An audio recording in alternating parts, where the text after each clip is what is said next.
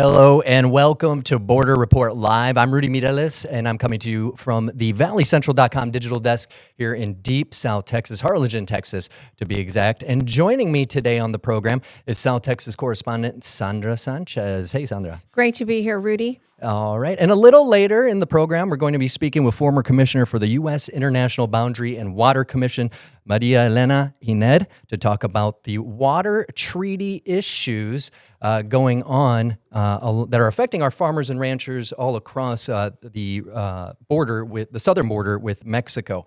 But first, we're going to talk about some of the things happening, some of the headlines across the 1,900 mile or so stretch?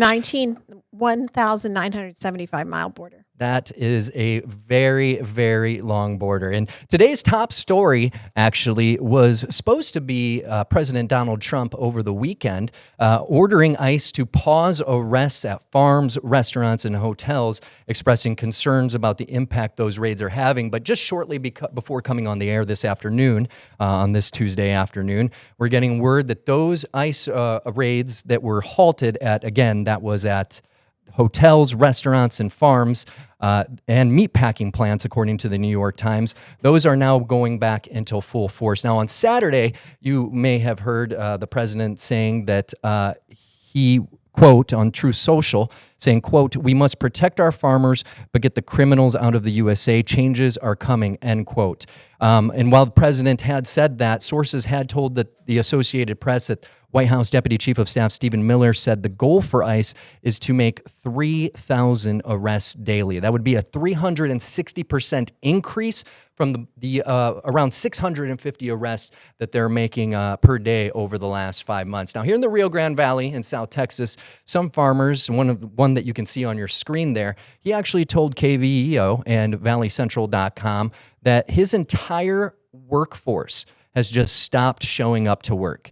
Let me just say that again. His entire workforce on his farm has stopped showing up to work, fearing that ICE will come for them. And those raids, right, that we're hearing about all across the country are what's spurring scenes like this on your screen right now. Now, thousands of people across the country took to the streets to protest against those ICE raids over the weekend. And this is video from one of those protests that happened right here in McAllen, Texas. In other news, Florida youth referred to ICE. The Miami Herald reported that Florida child welfare authorities alerted ICE to a 17-year-old youth in foster care. Doing such, if this is true, it would violate a 30-year ban on such practices. Now, the Young Center for Immigrant Children's Rights condemned the action, saying that the arrest, handcuffing, and shackling of a child was, quote, appalling and jeopardized the child's safety and well-being. In other news, the Trump travel ban has gone into effect. Has gone into effect, prohibiting entry into the United States for nationals from 12 countries, and those countries include Afghanistan, Myanmar, Chad, the Republic of the Congo, Equatorial Guinea, Eritrea, Haiti, Iran, Libya, Somalia, the Sudan, and Yemen as well. Trump says it is in the national interest to protect security concerns from foreign terrorists and other threats. Now, TPS revoked self-deportation is being urged. 500,000 migrants with temporary protected status are being urged to self-deport after the Trump administration revoked the program that had extended legal protections to migrants from Cuba, Haiti, Nicaragua, and Venezuela. And right now, that is a look at what is making news along the southern border. So what we're going to do is we're going to take a quick break, but when we return, we're talking all things water, or lack thereof, with former commissioner for the U.S. International Boundary and Water Commission, Maria Elena Gined, to get a better understanding of what exactly is behind the water shortage impacting our farmers, ranchers, and ultimately all of us trying to put food on the table. Stay with us. You're watching Border Report Live.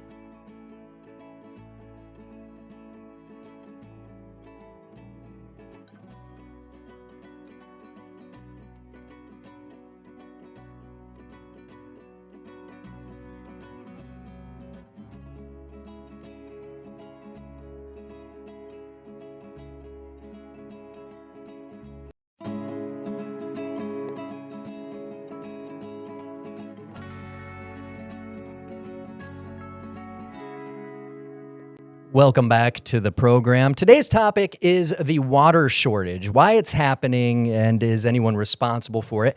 And joining us today to talk all things water is former Commissioner for the U.S. International Boundary and Water Commission, Maria Elena Gined. Welcome to the program, ma'am.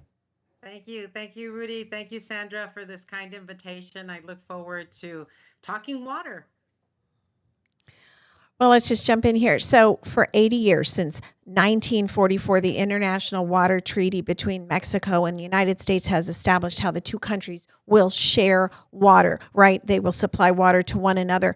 Let me just recap for viewers. So, the United States and Mexico are required to pay each other. The United States pays via the Colorado River 1 million acre feet per year from the United States to the Colorado River to Mexico. Mexico is required to pay 1.75 million acre feet via the Rio Grande to the United States over a 5-year cycle. Is that correct? We pay them 1.5 million acre feet. They pay us 1.75.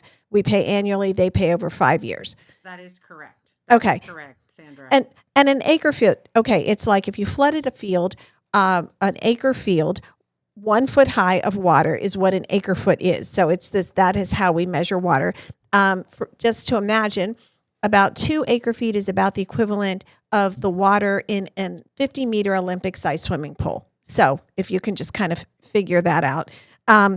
Lack of water, Mexico has had trouble making their payments, and we're going to get into that, but it's had some consequences, severe consequences here on the South Texas border. Last year in January, a sugar mill here in Hidalgo County shut down, caused the loss of 500 jobs. County declared an emergency. Several cities along the southwest border have water restrictions in place to try to conserve some of the water.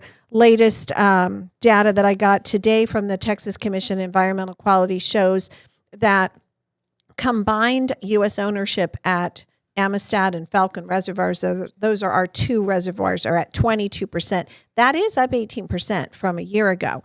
Amistad is at 19% conservation, meaning that's how much water they have, and Falcon is at 10.71, so almost into single digits. Now, Dr. Gined has been commissioner from September 2021 until just April, first Latina woman to hold the post. El Paso graduate from Loretta Academy, my mother-in-law, that's her alma mater. PhD in public policy from UT Austin, and you are an engineer and the daughter of an immigrant. You also, I understand, lived for some time in Mexico. Correct. And recently you participated in a forum at the LBJ Presidential Library there in Austin called High and Dry, Confronting Texas's Water Crisis. So is this a crisis? And what can be done to get Mexico to pay the water it owes? Because as I understand it, they have only paid us about 618,000 acre feet so far this 5-year cycle that ends in October. They owe us like 1 million acre feet, and they're just not going to be able to pay that in the next few remaining months, right? Is this a crisis, ma'am? Right. So the whole region is, from a hydrologic perspective, or from the flow, all of the rivers that flow into the region is in crisis. We've seen about a 30% reduction when we were starting to look at our measurement stations, called gauging stations of the region. We were seeing that the region has lost about 600,000 acre feet of water that normally would be flowing into the region every year. And so the lack of Mexico paying in a timely manner actually dates back to 1992-97. It's been a reoccurring issue every 5-year cycle. And the crisis part of it is that it doesn't allow our farmers to plan for it, but it's not just the from Mexico that's also been a problem. We're also experiencing less precipitation, less flows coming from U.S. tributaries that combined are highly impacting the region. They've lost about 30% of the water that flows in there. So it is a crisis right now. Also, some of the infrastructure, the way we capture water and hold water here is outdated, and we are losing through evaporation, through the channel system that we have here with the canals, the way we're transferring water is not very efficient. So I think it's not only Mexico, but the United States that has some work to do to try to get the water issues. You mentioned there are some issues causing this overpopulation, drought, climate, right? Right. But also, is Mexico paying like they should? I mean, they should typically give 350,000 acre feet annually per year on average. I mean, they're not in debt until the 5 years is up. But if they made those payments, then they would make the 1.75 million. But they don't seem to do that since the 90s, you indicated. Right. And so what one of the things that I'm really proud of my tenure that I did at IBWC was share two pieces of very critical information. One was for the public to really understand that the way Mexico is managing the basins is not working for them or for us. One, they manage their basin in a way that they've only really delivered water through whatever they spill or cannot capture. There's not necessarily intentional deliveries that are being made. So definitely Texas is not being managed as a user, but also it just seems that since the 1944 water treaty, that's how they've managed the basin. And so really getting them to change how they're managing their basin so that they do make these annual deliveries is really important. Out of the last 6 5-year cycles, Mexico has either not met their 5-year cycle or been very, very close to not meeting it, and is rushing at the end trying to make up that 5-year cycle. 5 of the 6. So this is something that definitely needs to change in Mexico's management of water. And Sandra, the other thing that you mentioned about efficiencies, this is also an opportunity for both sides to implement projects on efficiencies. As you know, if Mexico were to deliver 350,000 acre feet of water per year, the region from Amistad all the way down to South Texas needs about between 1.5 million acre feet to 2 million acre feet a year. So 350,000 is a very important source, 30% of their source, but definitely there's work to be done that will benefit the U.S. side should efficiencies be implemented in the South Texas region. You mentioned something about Mexico not making its deliveries. Let's counter that. Is the United States putting aside the water and making its deliveries to Mexico? And what's the difference? What do we do that they don't do? And so really that's kind of the egregious part of it, right? In the sense that the United States takes Mexico's water off the top and delivers. That is always what's considered first. From a reservoir. Mexico, okay. Yes, at the Colorado River. So the 1.5 million acre feet, the Bureau of Reclamation manages in a way that is what's paid first before what's distributed amongst the other users. What's really important to highlight there is that when there's shortage, the 1944 Water Treaty does allow for when there's shortage in one country, there's shortage in the other. So if there's a reduction in inflows coming in on the Colorado River, then Mexico also experiences a reduction. And so that's been part of the collaboration that's been going on the Colorado River, but definitely on the US side, on the Rio Grande side, Mexico has chosen to, of all of their consumption, to consume 4 million acre feet of water in the last 4+ years, and only delivering at that point only 400,000. So they definitely had water to share. Wow. They definitely need to change how they manage their basin. Now, there were some reports also that Mexico has something like 8,000 wells that they have dug in Chihuahua. There's also been pushback from farmers there who have not wanted to release the water, send the water to the United States. And Mexico has something like 11 reservoirs where we have 2 here. So were they supposed to have so many reservoirs to capture this water? Are they using it for their own? Was that part of the treaty? So when the 1944 Water Treaty was negotiated, they actually did a hydrologic study. They had gauging station data dating back to 1900. And they looked at the data between 1900 and 1943 and projected it forward. they had at that point about 80% of their reservoirs already built. And then they also projected additional reservoirs and additional consumption for their users. And at that time, they were able to demonstrate that just by whatever spilled, they would be able to make, generally speaking, their 5-year cycle. And if they didn't, they would be able to make it up in the next 5-year cycle because of the expected rains and naturalized flows or runoff that would come from that. That has definitely changed since the 1992-97 5-year cycle, where they're not capturing as much, that they're also consuming more because they've grown their agricultural region. So they've actually are really over allocated.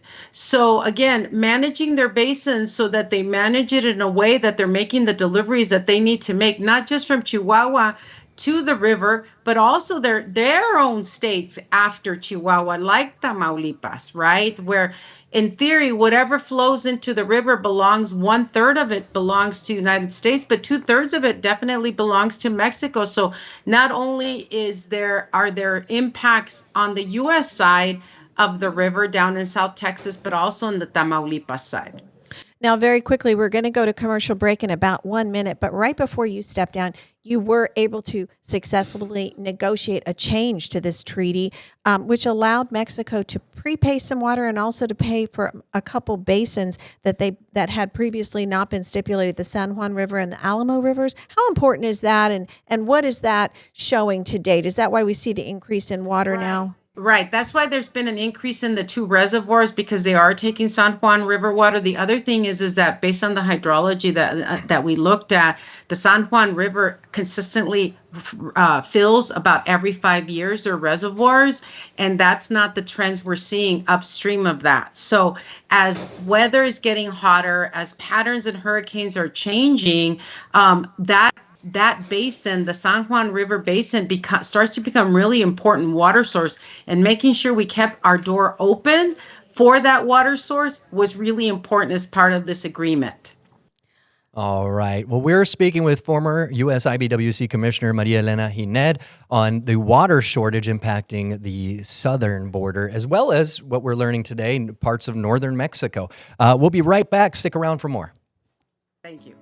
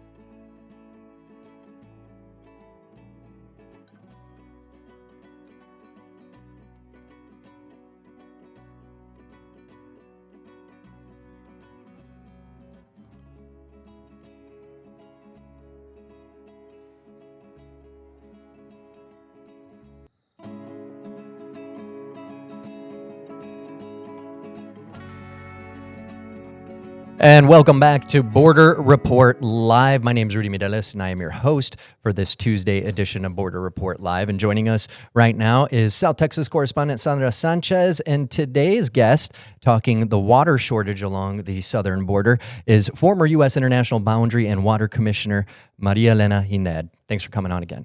Dr. Gined, before the break, you were talking about the change that you had gotten successfully made to the 1944 treaty. I wonder, from a diplomatic standpoint, I mean, how difficult is it to get diplomats south of the border to make Mexico move the needle? I mean, what did that take from you? I read where you called this the hardest job you ever had. What was that like?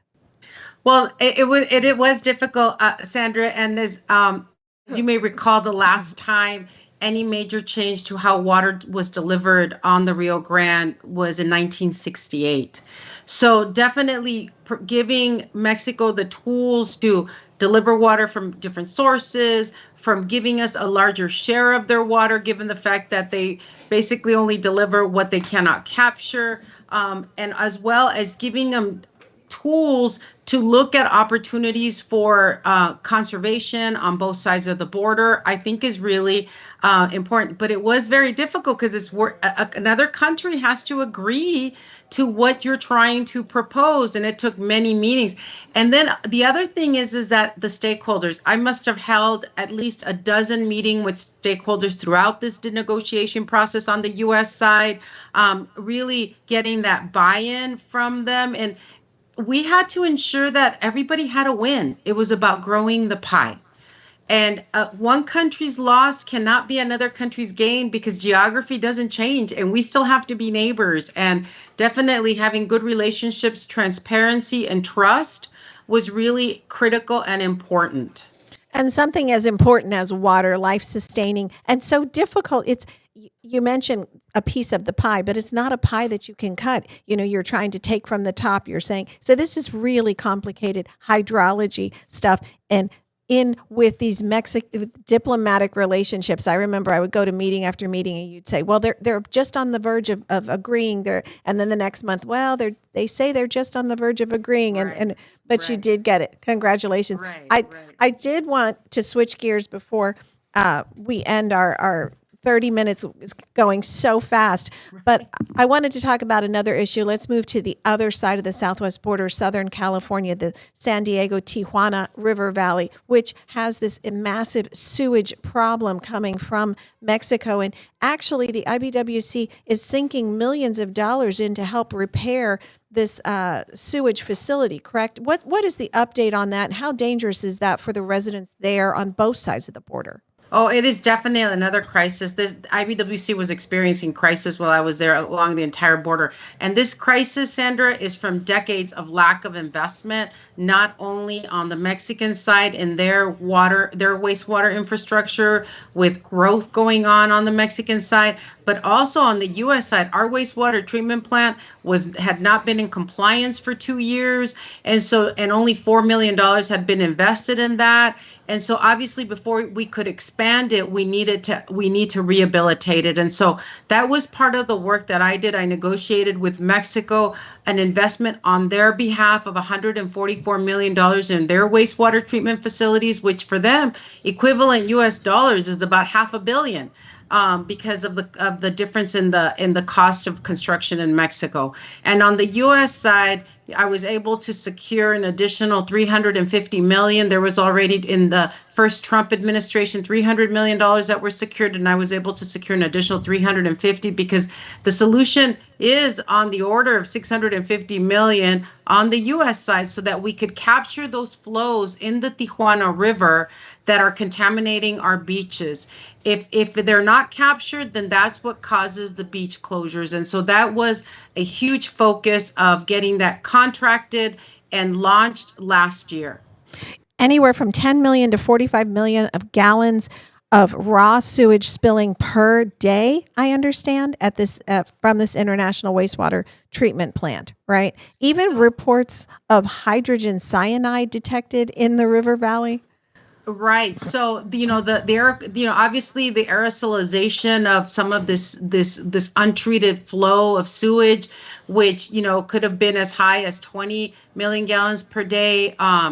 And it peaked at 40 million gallons per day, as you would say, Sandra. And so that would actually highly impact the region in terms of smell. And so, no, it was definitely an area that I was flying back and forth between crisis on the South Texas regarding water and crisis in the South Bay area regarding pollution. And things are going really well. Things are moving forward, and construction, is well underway. So I'm really excited that the plans and everything that was left in place is continuing.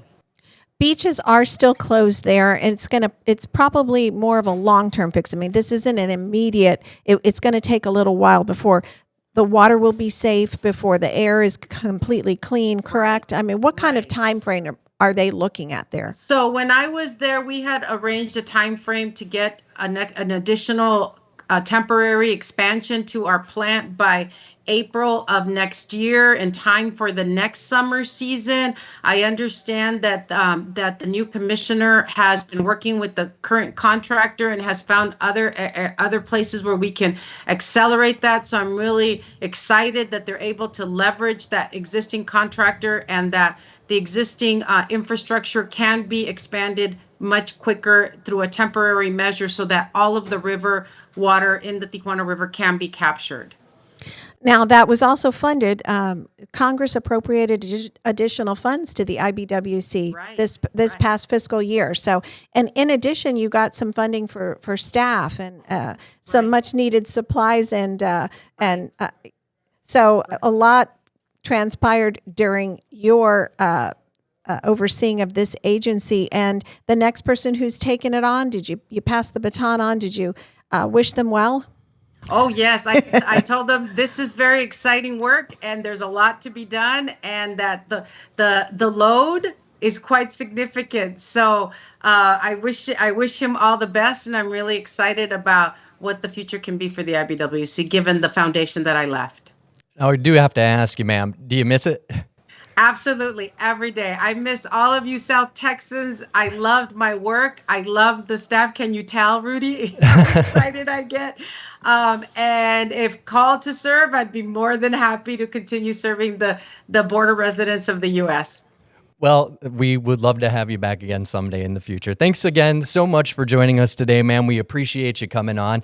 That was former U.S. IBWC Commissioner Maria Elena Gined. Now, if you missed part of this show or you just want to know more about what the former commissioner spoke about today, you can always get more at borderreport.com. And you can visit borderreport.com for all this, past shows, as well as the stories that Sandra and the rest of the team of very experienced border journalists are working on a consistent basis. That's going to do it for us today from Deep South Texas. For Sandra Sanchez, I'm Rudy Mireles. Thanks so much for watching.